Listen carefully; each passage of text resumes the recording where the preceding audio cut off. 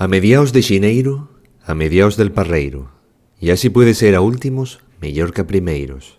Asturiano occidental.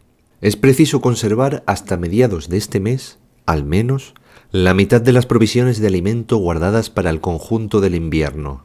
De aquí extraemos el término parreru o parreiro, entendido como sitio donde hay parres, conxunto de parres que se crían en un sitio, peselve, de les ovelles, payar, piérgola, pero lo interesante de esto es que parra, uvar, planta del xénero vitis, es decir, coincide con el castellano, pero en la segunda acepción, hablanu, carrasco, mata, rama, pila, etc. Esto nos indica que no necesariamente se trata de un campo de cultivo de vino, también puede haber ablanales, avellanas.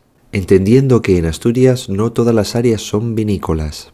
¿Qué te parece el refrán de Güey?